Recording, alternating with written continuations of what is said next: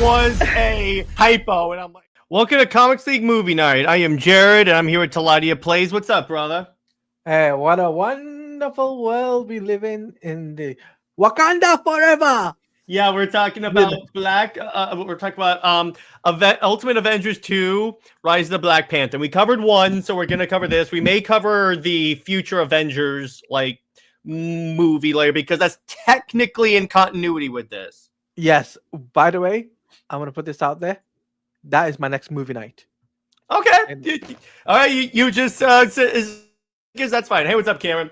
So this movie is actually pretty good. I will say this. I love this movie a lot, and it's one of these things. This makes me want to go back to the time when we had so many bangers coming out, like these two Avengers movies. Obviously, all the DC stuff. This is back when like animation was like. I mean, it was never really a priority, but it was given more emphasis, if that makes sense. And that's why we got great animation, great battle scenes, and all this. So what this movie does, it essentially reveals that Kaiser, the German general from World War II in the first movie, like the first part of the first movie, was actually a Chitauri spy. Yeah. That's interesting. Now, the Chitauri technically are the ultimate version of the Skrulls, and what happens is they can only impersonate someone if they've consumed them. Which they consumed the general. Yeah, they consume Kaiser, and this is actually an adaptation of, I believe it's Ultimates, I want to say 3. And that's when all the Chitauri invade, and we get like the dope Hulk scene. We get this massive world invasion, and also, this was my first exposure to the character of Black Panther. So there you go. That's it. Yeah, because go ahead. I just had a thought. What if the Black Panther game has the Ultimate Alliance, Ultimate Avengers skin? That it could. That it very much could. And it could have that one. I'm sure it'll have like the MCU skin, assuming that it actually has other skins in the game and stuff. It could not, but because technically, the Black Panther in this movie also knew Captain America, so technically, well, remember also the Black Panther in the game is T'Chaka. Yeah, which is not T'Challa. So, but he was still Black Panther, so you could still do that. Yeah, that could still work. So it's not like it's like impossible that could occur. And then Cameron says, "Same, Jared. This is my introduction to T'Challa as well." Yeah, because here's the thing: my introduction to Marvel beyond like characters like Spider-Man was this and Ultimate Alliance, which, by the way, that will be a one of my game night things at a certain date. But it was big, and I got this movie because I played Ultimate Alliance first and really bonded with the character Iron Man. So I got this because it had Iron Man in it. I am Iron Man. That's such a good song. Jeez. And so that was kind of why. And then when I see all the other characters, I'm like, oh, this is dope. It's kind of like how I got into the DC universe because of Justice League. When I was like, who the hell are you? But all in all, pretty dope movie. And again, it keeps up that tradition of the last one where it's kind of PG-13 to R-rated because it has a lot of blood and stuff, which I like. I like when they just use animation as a medium and not necessarily as a crutch to make like G-rated action movies. You know what I'm saying? Yeah, I know what you're saying. I think that the level of the animation style is good. It's not bad. And I wish they continued on with it. I wish they continued on doing that style of animation, if you know what I mean. They could, and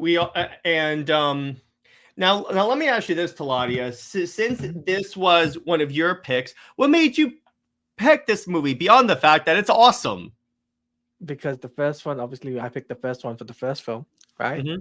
So I thought, why don't we just do the second one, right? Because we never did the second one.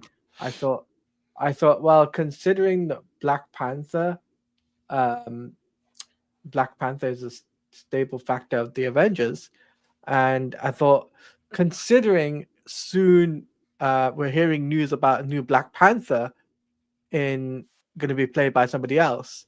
Ironically, one of the names being floated is Hawkman from Black Adam. Yeah, I so can see that. I just thought, let's go for Ultimate Avengers 2, and And that really works. And again, this keeps up again. And the thing that I really like about it is like Mhm. you definitely you also have the interesting relationship between Captain America and Widow, which is Yeah, further like expanded upon in this movie and in some ways solidified. Which again, this is kind of again hinting that that future. third Kid Avengers movie is Mhm. technically canon to this. I called it. I literally called this. I literally didn't I say that to you? This was canon to the thing. Yeah. Yeah, I mean, it's never explicitly confirmed, and there are some contradictions, i.e., Storm being on the Avengers in that game in that movie, but still, it's like there's still some good stuff in there, and it doesn't. Wait, wait, wait, Yeah, wait, go ahead. wait, wait.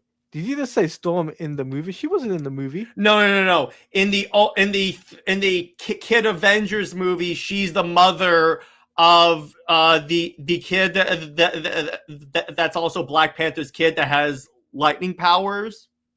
Oh, okay, okay. Yeah. That's why I'm saying that's one of the contradictions. But then again, that could happen later. The other contradiction is Hank dies in this, which also, yeah, Giant Man dies in this movie. Which here's the Yeah. thing: it could be that like Janet was pregnant before this whole thing occurred. So again, it's not perfect, but there's Right. enough plot consistency that you can make that argument. But there's a contradictory there. That's the thing. There's a contradictory there because she gets hurt in the movie. So wouldn't that affect the Oh, baby? she's shot in the stomach. Yeah. Yeah, that is kind of weird. Maybe she gave birth to the baby beforehand and they never talked about it. That would contradict the future Avengers film. I'm just saying. Not necessarily, but because here's the thing: we have to figure out a way to explain the contradiction of Hank being killed, but they still have the kid. Hey, what's up, Yeah. Sally girl? How you doing? Oh God, that is dark. Yeah, it is kind of dark, but still, it's you kind of have to explain that because if we're taking these as a trilogy, we're gonna have to explain that plot inconsistency. But it gets kind of cool. So it opens up. I like the idea of first we're seeing like the establishing shot of like Kleiser attacking Wakanda. And we also see a lot about how Wakanda is like really technologically advanced. Like they have full Microsoft computers and all that stuff. And then we see Captain America's kind of running himself ragged, and you can take that as like maybe he has like survivor's guilt and PTSD from his time in World War II, and he's trying to work through it. But I kind of liked his arc in this. Yeah, for sure. For sure. I also like the fact of how Thor is played in this movie too. Yeah, because Thor has a vision of the world ending of the Avengers. He has to like disobey his father because the father's like, I forbid you from intervening. And then Thor intervenes. You know what that reminds me of? It reminds me of Avengers Age of Ultron, where Thor has the flashback of the Avengers dying. And Iron Man has that vision too. Yeah. So technically, the MCU stole it from Ultimates. Well, yeah, and that is like no secret. A lot of if you look at the Ultimates comics, which Teladia, that may, if you ever want to do like a Marvel on Snyder Fans Read Comics, because the Ultimates is the new 52 for Marvel. You know, so it's we might do a special. We might do a special on that. Yeah. But the point is, a lot, and I mean a lot of the plot points from like from the MCU version of the Marvel Universe is heavily based on the Ultimate Comics by Mark Millar, which I'm happy because they're fantastic comics. I have the omnibus. In fact, I'll go get it. Guys, this is the time when the Comics Lord gets his books. Yeah, see? And this also includes Ultimates, I think it's 2 or 3 where the Chitauri invade. Let me see. He also gives like so many other characters. He also gives like Black Widow and Iron Man suit, but it turns out Black Widow is a double agent. 00 agent. Yeah, there's this great also subplot where where some characters doubt that Thor is an actual god of thunder, which they kind of expanded on in the second movie. I mean, in the first movie, and so the world is being like overrun. America is being taken over by like Black Widow's group of like Soviet superheroes, and then but it's Ultimates too. But so Thor shows up with all of Asgard, and then Hawkeye's like, Thor, I am so sorry I ever doubted you, brother. But anyway, so it's the Ultimates by Mark Millar and Brian Hitch, and they went at it trying. By the way, if you notice, this was the newspaper cover in the first movie. The last shot we see is this, because that's like the iconic cover of the Ultimates. Exactly. And I guess they called it the Avengers in this because that is much more like known of a name than like, let's just call this team that's basically the Avengers the Ultimates. And I'm like, yeah, that would be really confusing. But anyway, so we get this, and it's like, so the Avengers move out, and so Black Panther shows up and says, I have to talk to Captain America. Kaiser's alive, and I need the Avengers to come help with the Chitauri. And then the Avengers show up, and as they're reconning Wakanda, Iron Man asks Cap about if he knew he was going to die in World War II. And the funny part is that they do the Joss Whedon Avengers line where Iron Man says, I'm not one to make the sacrifice play. Spoiler alert, he will make the sacrifice play in this movie. You know what? I got nothing to say against Joss Whedon. Well, yeah, as we know that. But my point is, it's like, it's one of those, like, it's interesting how that works out. So then we learned that like Wakanda has like a mountain load of vibranium, which is one of the only things that could actually pierce Chitauri armor besides gamma radiation. Because what we learn is that the parts of like the hull of like Chitauri ships where the Hulk punched them are brittle, and it's because it vibrate. Yeah, it's because like the hull of the ships are like broken down. So then the Avengers try to leave, but then they're intercepted by Kaiser and supposedly killed. But then Thor shows up and saves everyone, which, yes, I am very happy about that because my man, the God of Thunder, saves everyone. Then Iron Man returns to his lab and takes out the War Machine armor. This was another one of my firsts. I got something to say about that. Yeah. Where was Rhodey? You know, I don't think Rhodey exists in this.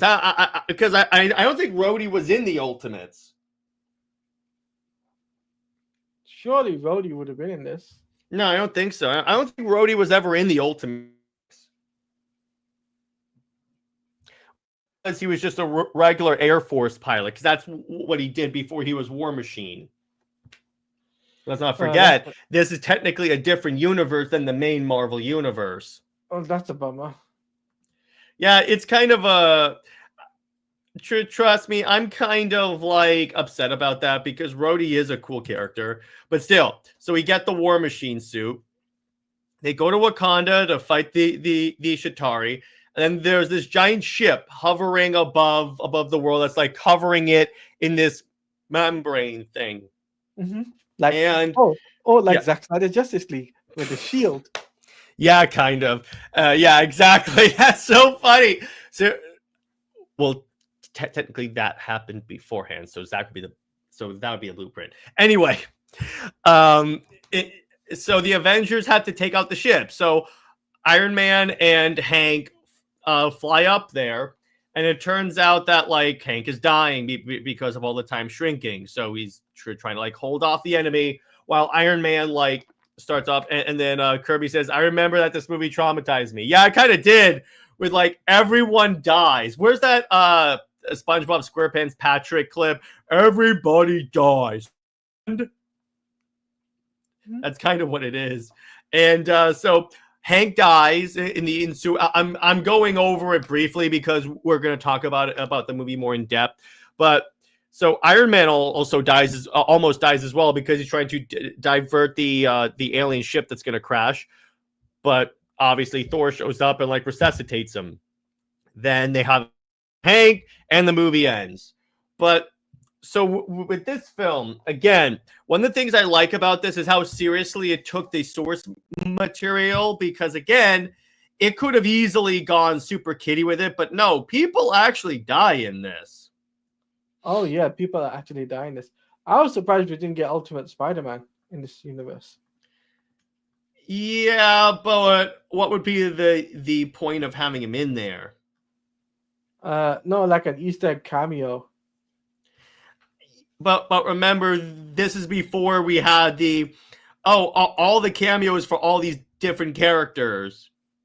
No, but for Marvel's purposes, it would have salvaged them to do. Also, remember, I don't think Marvel had the movie rights to Spider-Man.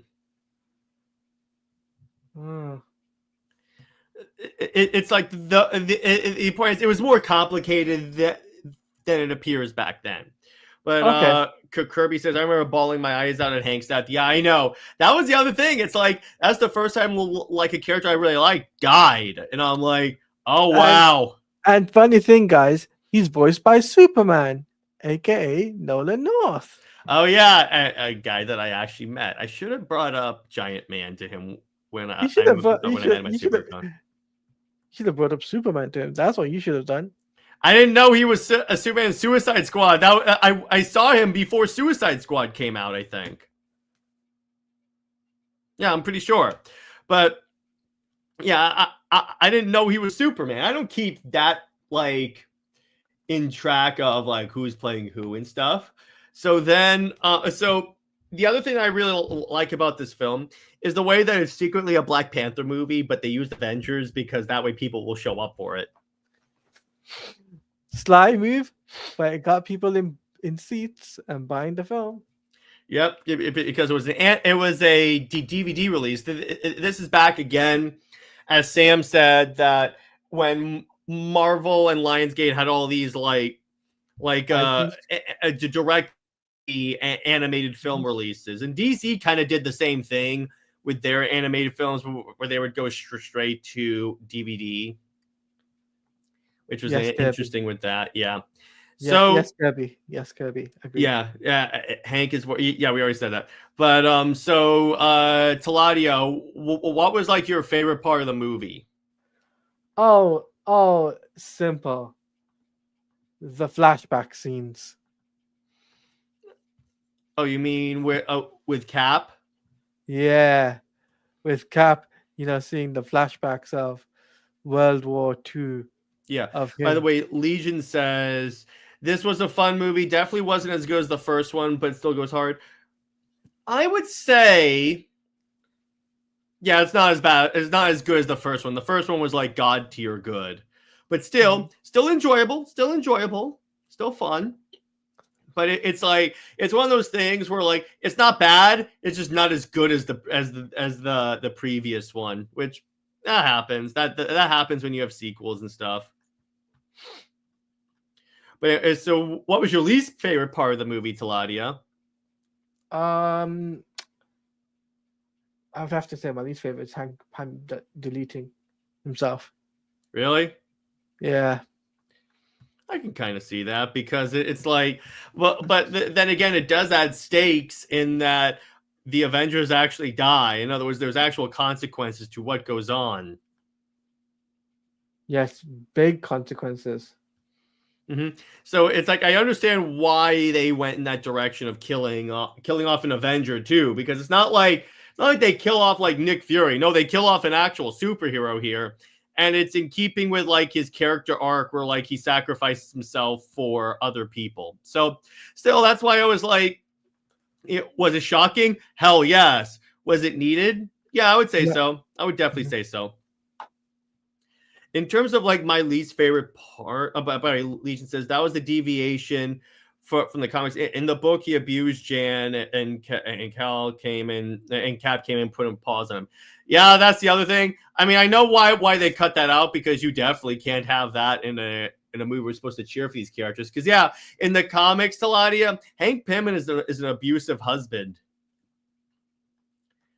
and yeah, and obviously they cut that out because you can't have like essentially you can't have a superhero that was supposed to be cheering for hurting a woman. You just can't. Mm-hmm. But anyway, so what else? What would you rate this film? I would say solid 8.5 out of 10. The first one was 9 out of 10. I give this an 8.5. Yeah, I would say a 7.5 for me, 7.5. Why is that? because it wasn't as top compared to the first film. The first film had epic fight scenes, Mm-hmm. right? And you had the Hulk against the Avengers. This, on the other hand, not so much. Mm-hmm. Okay, I And can go with that one. there was more of investigations than anything. Yeah, Legion says it was such an epic fight. Hulk went full giant man, and Cap took him down. And Steve, no bells, no whistles, just Steve. Yeah, I know. Didn't even have the shield, and he beat the crap out of Cap, out of Giant Man, which is really cool. But anyway, so that is, yeah. So, and drop below, everyone, your thoughts on the film, and then we'll go on for that. But anyway, so the other thing I really like about this is that the animation is still just as smooth. It didn't necessarily feel for me that it was like super cheap and everything like that. And plus, you follow the awesome animation character designs from the previous film, and it really helps the movie. Yeah, it does. Avengers. I'm just pulling up, see if there's any trivia for the film that we can go over. Wiki. What Jared does that, guys. If you got any questions about Ultimate Alliance, sorry, why am I saying Ultimate Alliance? I meant to say it's still Ultimate. So yeah, I understand that. Ultimate Avengers. If you guys want to put any questions for Jared or myself about the Ultimate Avengers, put them in the chat. We'll answer those questions before we wrap up the stream. Yeah, because we got a lot of great content coming out, and let me do this trivia. I'm trying to see if there's any trivia here. Okay, here we go. The shape of the hammer, which stop with the pop-ups. The shape of the hammer which Thor wields in this movie is actually the shape of Stormbreaker, the hammer of Beta Ray Bill, an alien who defeated Thor in a duel. Odin made Stormbreaker specifically for Beta Ray Bill. Yeah, that's the thing. They deliberately call it Mjolnir in the previous movie, and I'm like, that's not Mjolnir. But still, I'll go with that. Legion says, I think I'd give it a 7.5 as well. Just it didn't quite have the epic moments like the first one did. Okay, fair enough. In this movie, Chi McBride plays Chief Elder. McBride also plays Nick Fury in Ultimate Spider-Man Web Warriors. Oh, okay, there you go. Hawkeye, Quicksilver, and Scarlet Witch were not in the Ultimate Avengers movies and were originally planned to be in the second movie. Using Hawkeye as an example, VP of Marvel Studios animation developer Craig Kyle did not want him to be a background character, but he's going to matter if he appears. So I guess they couldn't figure out a way to make him work with that. And the animated film takes place in Earth 60808, version of the Marvel Comics multiverse. This is actually in the multiverse. That's cool. Cameron says, let's say Marvel tried to do a DC animated movie universe, but with the Ultimates line. Could it work? Yeah, exactly. I think it would. Because you do like this movie. You do the first movie. Then you do like, let's say, Captain America, Iron Man, Thor movies that take place in continuity. You can even have one where it's like a Captain America and Black Widow team-up movie. Then what you do is you do all two, have like a movie where they react to like the death of Giant Man, and then you can even like explore other stuff down the line. There's any number of ways that they could have developed this into an animated movie universe. So I find that pretty cool how they could have done that. But anyway, so what other questions do you guys have? Because we're going into a Q&A segment of the film. So let me know what you guys want to see here. And it could be about like this movie, Marvel in general, whatever you guys want to talk about. Jared, I got a question. Yeah. Why was the X-Men not? Why wasn't the Ultimate X-Men?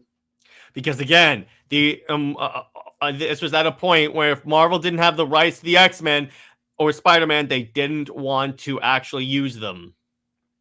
That's stupid. I know, and from a business perspective, it was dumb. And that's why we didn't get. That's why they started having like the Inhumans show up in like the comics, and they started trying to replace the X-Men with the Inhumans because they thought that would work. And I'm like, no. Oh my God. It just God. doesn't work because no one. Honestly, here's the thing: no one cares about the Inhumans when you compare them to the X-Men. I'm sorry, that just doesn't work. Exactly. So, guys, if you got any more questions, put them in the chat. Otherwise, we'll let it. No, I'll take care of it, dude. I'll run my stream. But let's say Marvel tries to do it. Okay, we already answered that. So, any other questions that you guys have? Any other content that you guys would like to see, or how about any other animated movies that you guys would like to cover?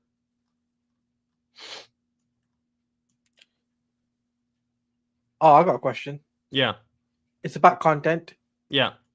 Would you do a tribute video for King of Wonder Woman? Oh yeah, we're gonna do well next week for Wednesday. Not only is it like Wonder Woman Wednesday, where I'm gonna be talking about the Wonder Woman villains that I like, it's also gonna be the trending day for the hashtag. So we're working on coordinating everything with like Snyder Queen as well because she's gonna help us do it.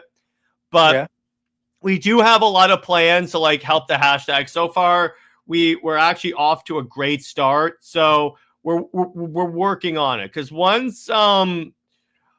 again, we're trying to get it either trending or at least some attention to it. Because if it's big enough, it could be that DC at least changes the way they handle Wonder Woman. The goal is here to show that Diana is not a character that you should like not care about, particularly if they are going to put this much effort into Diana.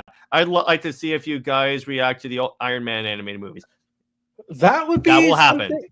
That would be something I would be interested if Jared would want to do that. Yep, because there's a couple of them, and honestly, they're actually really, really good. Wait. But I could ask Cameron this question. Which Iron Man animated movies or films you want us to do? Yeah, so because there's the Invincible Iron Man, which is not in like continuity with this, but also like interestingly enough. So, but it's like it has the same voice actor playing Tony Stark, so you could kind of take it as like that. So it is kind of cool. I would say it's loosely adapted. Loosely, it's a loose prequel in that it's like a prequel Iron Man, even though it doesn't have the same suit. But then all the suits get destroyed in that movie, so you could say it's like. I have a question. Yeah. Personally, why did Iron Man have not used the? Why did Iron Man in the animated film of this film, did not have the red eyes and silver? In the animation film for Ultimate Alliance. Red eyes and silver. I don't know what that is. But the War Machine suit. Because that wasn't necessarily the War Machine design at the time. Okay. Cameron says, "Oh, I love all of them, so it would be hard. Maybe the one with Punisher." Yes, you mean the Rise of the Technovore? And if we do that, then we got to do Punisher Black Widow because that's a sequel to it. That's all the Marvel animes. Oh yeah, that's an anime, isn't it? Yeah, it is. Those are really good. Yeah, I'm definitely down to do those. Do they count as movie nights? Yes, they can count as movie nights. 100%. They're anime movies. Okay, I had to ask. So yeah, 100%. We can definitely do that as a movie as movie nights. Cameron says yes, that one. He says. Yeah, so we will definitely definitely do that, because I think that would be a really fun movie to cover, because I love those movies, particularly Punisher, Black Widow, because I personally enjoy Punisher, and I think he's like one of the most abused and underrated Marvel characters. So there's that. And then obviously Technovore was also really great. So we'll be exploring that for sure. But so let's see, what other animated movies would you guys like to see?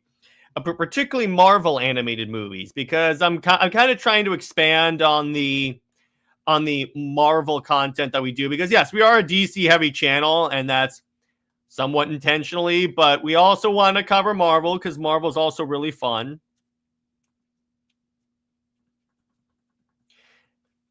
And there's any particular Marvel characters that you would like to see us cover, let me know. Try just private chat for a second. Mm-hmm. Sure, go ahead. But so any other movies that you guys would like to cover, let me know, and then we can talk about that, because I think there's also some Thor movies that we can do. The animated Doctor Strange movie, that's one we could definitely do. And I believe there's also a lot of there's also a Thor movie, and we'll definitely do like Wolverine, Hulk, and such, because there's a lot that we can do with that, and those ones are like really fun. So what other movies would you guys like to see? Because again, I'm very open to what my viewers would like me to cover.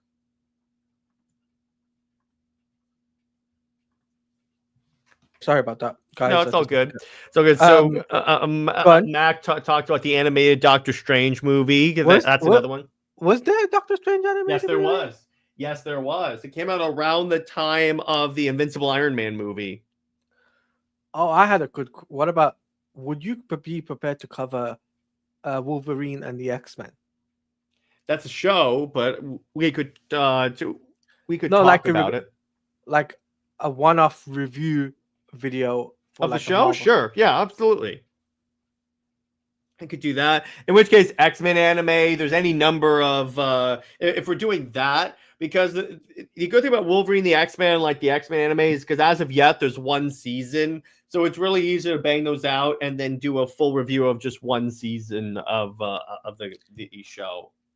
It's actually a good show. It's a really good show. Absolutely. It's a really, really good show. Shame it got canceled. Yeah, but they kind of told the story that they kind of wanted to say, because it's like, if you look at the plot of that, it's like, okay, the Avengers, I almost said Avengers, geez. The X-Men are trying to stop an apocalypse from happening in the future because Professor X is like stuck in the future and stuff. So they did that. So it's like, why would they continue on with that? But there is still more they could do, particularly since they had Emma Frost and Scott Summers. And they did have Jennifer Hale playing Jean Grey, which you all know. I love me a hailstorm. It's a hailstorm happening around here. If you only if you guys know what I'm talking about, then you know what I'm talking about. But if you don't, never mind. Anyway, Jared, is there a Storm anime movie? By the way, I want to bring this up real quick. Is that so? James Gunn did say that they're making a separate DC Elseworlds opening for DC Studios. Ooh. And actually, shout out to William from the Sci-Fi Center. He had a great idea. Make a Kingdom Come movie as a send-off to the old cast. If you're not going to bring Zach, or at least have Zach come back, direct a Kingdom Come live action movie. And that way you kind of conclude the story and you have a good send-off to the original Snyderverse cast. You got me all giddy now. That I think is realistic. They could actually do that as a send-off to the original cast and say, okay, we're not going to continue. We're not going to do everything in the Snyderverse. Let's do this. That way we at least conclude that story organically instead of because the Flash didn't conclude it. Neither did Aquaman. So let's actually conclude the story, and then we can actually just go with this. Plus, we would get Henry Cavill and Gal Gadot together in Kingdom Come, and we all want that. But we would need to recast Ezra. That's for sure. Well, not necessarily, because the Flash doesn't have any dialogue in that book. So you could just and you wouldn't even need his face because the Flash is constantly vibrating. So it's kind of like in the Flash movie, in the Flash show, when like his face is vibrating to like conceal his identity. Just do that. Okay. Why did we use Teddy Sears? Teddy Sears, just the vibration.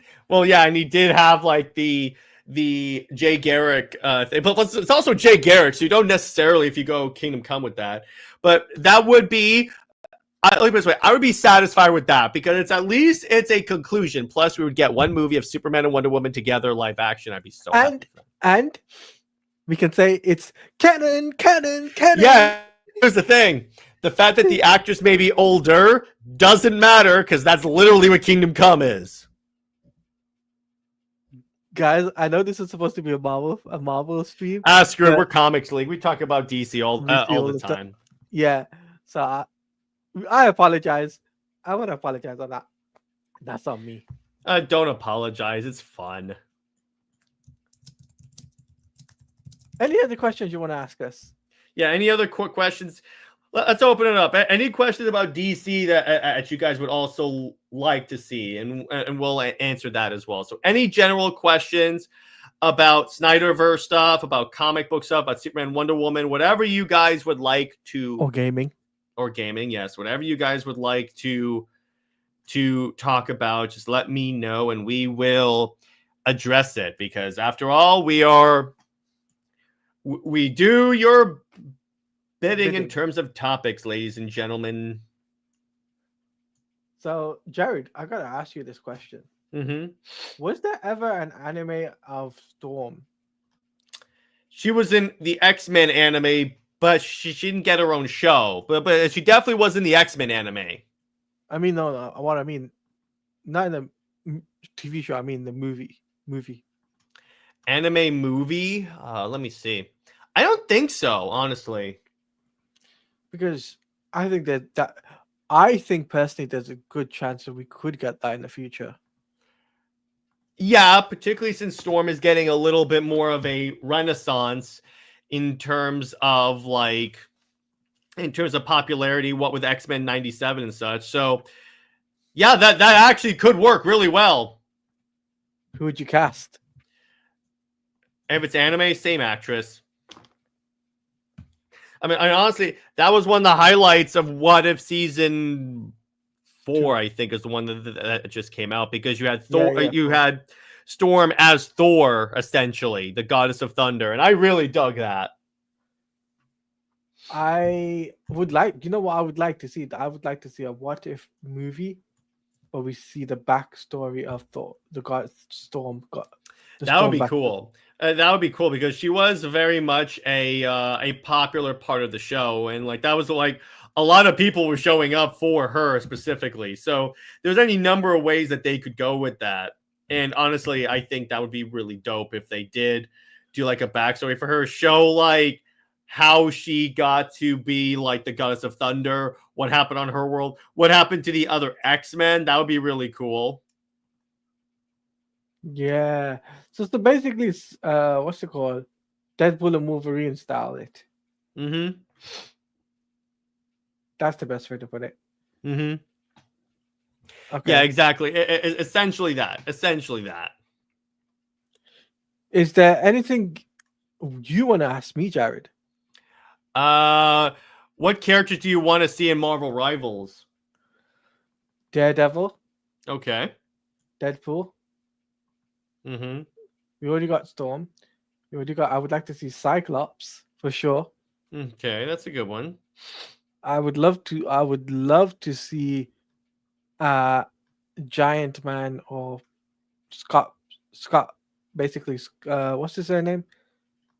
Scott for Giant Man, Hank Pym. Yeah. Not Hank Pym, the newer dude. Scott Lang. Yeah, Scott Lang, that's it. Yeah, Scott Lang as Giant Man. I would like to see that.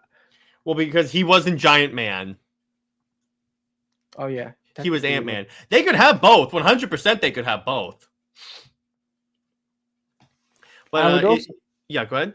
I would also like to see in Marvel Rivals though, the introduction of what's his name, Nick Fury. That needs to be in the game. That would be cool because he could kind of play off like Punisher, and that he uses a lot of guns. That could actually work. And he can have a 2099 outfit too. I'll pick up this 2099 outfit if they gave him a 2099 outfit. That would work. That would work. That'd be really cool. I can go with that. Yeah, I would go with that. Are you? Would you be prepared to do Marvel Rivals content? Yep, I'd be down for doing a one-off stream for it. Okay, cool, fun.